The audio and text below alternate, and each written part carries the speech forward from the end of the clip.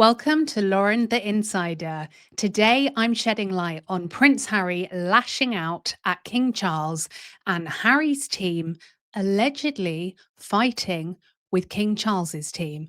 Let's get down to it. Now, if you're new to my channel, I spent 20 years in mainstream media working as a celebrity publicist. I spent this time at the center of the very system I'm telling you about. So I would say, as a disclaimer, whatever you do, don't take what I say seriously. You must do your own research. Why would you listen to me? I only did the job for 20 years. Right, let's get on with it. So, recently, the Sun newspaper ran a story saying, "No way back." It was the main story on the homepage. Inside Harry's meeting with King, from kisses and pick of Meghan to how surprised Prince felt and what it means for his future.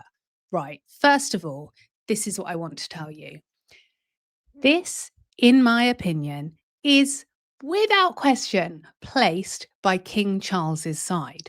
And the reason I say this is because the way this piece is written is not written in a way that tabloids run coverage. I would question anyone that says tabloids thrive on facts or positive factual coverage. And that is why this is a huge red flag for me. So, this is what I think. There is no way that King Charles has not seen the huge backlash from the public since Harry came on his fake, nauseating, royal esque tour. It's really important that Charles understands the public do not want him back. And I believe that he will be getting regular updates as to, what the general consensus is from the public. So this piece to me is very much a leaked piece whereby the palace are saying, Harry's not coming back. There's nothing to worry about, people. But we've seen how Harry behaved. And we've also seen the fact that, as I told you, and as I believe, it was the palace that were curating this royal tour and creating this bulletproof narrative for Harry, because there is no way the national newspapers in the UK would be running positive coverage on Harry. Why? Because negative coverage sells, scandal sells. It, they just, it's not in newspaper DNA to consistently run positive coverage. It's also not in their DNA when the very person has sued the majority of the media outlets, and that person is Prince Harry. From phone hacking to surveillance to having ongoing issues with newspapers where he has engaged the most expensive and powerful legal firm in the country. There is no way the media will say, "Oh, right, we know you've humiliated us. We know you've spoken about phone hacking. We know you've taken us to the High Court. We know that you've called us evil, but because we like you, Harry, we're going to write good coverage." No, no, no. That is why I believe the only person that could orchestrate that bulletproof narrative was King Charles. And I, in all of my experience, have no doubt that Charles or the powers that be at the very top made a call to the very top at the media outlets and ensured that the bulletproof narrative was given time to breathe and it was good coverage. So let's go back to this piece that we're talking about. So the piece goes in and says, "We can now reveal the pair's sit down earlier this month was distinctly formal, and there is no prospect of Harry returning to the family fold." Okay, confirmation, guys. There's no chance. We all knew that because we wouldn't let him back. We do not need something that I believe is a propaganda newspaper to tell us. It then goes on to say Harry was surprised by the formalities of his recent reunion with the king, and even joked he felt more like an official visitor than a family member we can reveal. Where are you getting these sources from? The Sun looks to me a bit palacey, but I'm only speculating. It then says he handed his father a framed photograph of himself with wife Meghan and their children, Archie and Lilibet, to mark their reunion. The piece then goes on to say, in a touching return gesture, the King 76 gave his youngest son a birthday present. I mean, can we just pause? I'm a parent. I'm sure many of you watching this are a parent. It is hilarious to me how newspapers can make nothing into something. I mean, I'll give them credit for that. Something that's not even a line, they've made into three. But the Duke was understood to have described the meeting with his father as very official, like an official visit. Insiders say the awkward exchange was carried out in a similar style to that of dignitaries and visitors at royal residences. So, what you're seeing with this piece is they're basically using source quotes, someone close to the circle to get the story out. And I'm always very outspoken about the fact of celebrities and royals do this all the time. They'll say, I have not spoken to the press. I did not say that. Well, you didn't, but your rep did, or your comms chief did, or your pal did. They often know exactly what's going on. And I know that because I have done it. And I have done it hundreds and hundreds of times. I've done it with the Sun newspaper. I've done it with the Sun Online. I've done it with the Mail. You name it. It's very likely in my 20-year career I have done it. And that's why this piece is so blatantly obvious to me that it is leaked. It then says, but the Sun understands there are no moves for father and son to be seen together in public, or for Harry to return to embark on a half in, half out hybrid royal role. Yet the King's door remains open for another private cup of tea next time Harry is back in London. So you're very much seeing what the narrative we're getting is that, Charles is not letting him too close, because I think genuinely the palace have seriously underestimated how hurt we feel from Harry's betrayal and the way that he has behaved. And that's concerning if the palace are that out of touch with the public, because it is the public that, through the public, through the support of the Commonwealth, royal fans all around the world, that is incredibly important to the royals. And so for them to have created this bulletproof narrative, in my opinion, and then been surprised that everyone rejected it, that's really concerning that they're that out of touch to me. So it then just reinforces that Harry is not a priority, says Harry's visit was sandwiched between two other audiences for the king. He arrived at 5:21 p.m. and left at 6:14 p.m. for an Invictus Game reception. And then it goes on to say that, the Queen would not allow the half in, half out.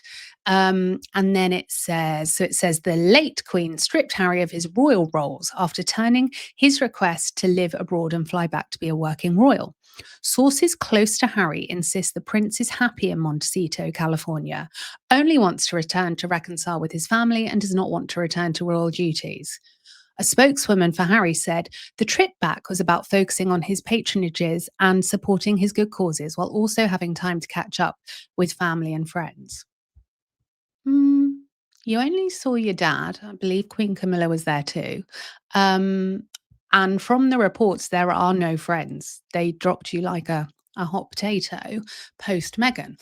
But this is what I want you to see. Harry has lashed out and he has always got to have the last word. And this is why, for anyone worried that Harry's coming back, he will always show his true colors and he will always behave as he always has done. And I would also say, people say, he was this, he was that back in the day. I would argue that actually the Harry that we saw that we may have liked more before Meghan, I think that was a very carefully curated image from PRs. And I've spoken to an insider within the palace, and that is also their belief. He is very erratic and someone that needs managing. And that is why this will never work between the palace briefing media and Harry's team briefing media, because like I said, it's the push pull. And I've always said it will never work with Harry and Meghan coming back because their egos will not fall into the pyramid, and it's King Charles at the top and they're way down there and they won't have it. So then this has just broken. This story on The Independent Prince Harry issues strongly worded statement over King Charles meeting. The Duke of Sussex said some reports of the meeting were categorically false. Harry would do well to remember the Queen, the late Queen, did not comment on tit for tat. She understood, being in the public eye, you have to take the rough with the smooth. And I believe that the way she handled the royals' image, because obviously she was across all of that, it was, you know, very very original, because normally everyone wants to have the last word, and she just stayed calm and stayed in control, and she didn't bite every time she didn't like something, and that is what Harry does. So this piece says, he said quotes attributed to him after the event, including that he had felt more like an official visitor than a relative, were pure invention. Well, I would argue that you had a cup of tea that lasted, I mean, the reports all vary, but not longer than half an hour. Then says a spokesperson for Prince Harry said in a statement to The Independent. And I just want to say, I think it's very interesting. This hasn't been picked up anywhere else yet. So to me, that looks like they've directly given it to The Independent to control the narrative, because Harry refuses to work with a lot of the press. Again, reinforcing my opinion of why they would not write favorably about him. Recent reporting of the Duke's recent reporting of the Duke's view of the tone of meeting is categorically false. The quotes attributed to him are pure invention fed. Oh, one can only assume by sources intent on sabotaging any reconciliation between father and son. Um, Harry, I do not like the mainstream media, trust me. But what you can't do is you cannot blame them for sabotaging your relationship with your father when it was not them that wrote Spare. It was not them that went on Oprah. It was not them that has consistently trashed your family's image. It was you. Now, the next piece. The spokesperson went on to address reports published in The Sun, so that's the previous piece I just showed you guys, that Harry had given his father a photograph of himself, his wife Meghan, the Duchess of Sussex, and their two children, Archie and Lilibet. Then says, the statement said, presumably, those same sources have also chosen to disclose that gifts were exchanged. So there you can see Harry's team are furious because they have issued a statement and they have categorically denied the Sun story.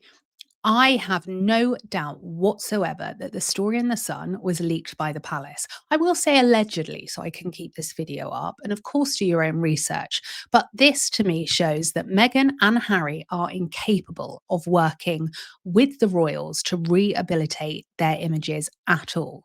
And so you can relax, everyone. Harry is not coming back. I think the palace were very much testing things. And look, if the public had gone, we love Harry, we would have all been really concerned and it would have never happened. But I'm sure they would have done more with him. But that's not happening. And so you will start to see more little bits popping up, in my opinion, source quotes and just really strong denials that Harry's coming back at all. And what's interesting, again, this is why it would never work with Harry and Meghan within the royal family again, is because they always have to have the last word. They can't just say, you know what? As part of taking millions and millions of pounds from Netflix and Spotify and book publishers, we understand that part of our currency is to be in the media and to play the game. Oh, no, no, no. They have to micromanage everything. And when you are a brand and you are working with, let's say there's a couple, you've got one publicist this side, one publicist that side.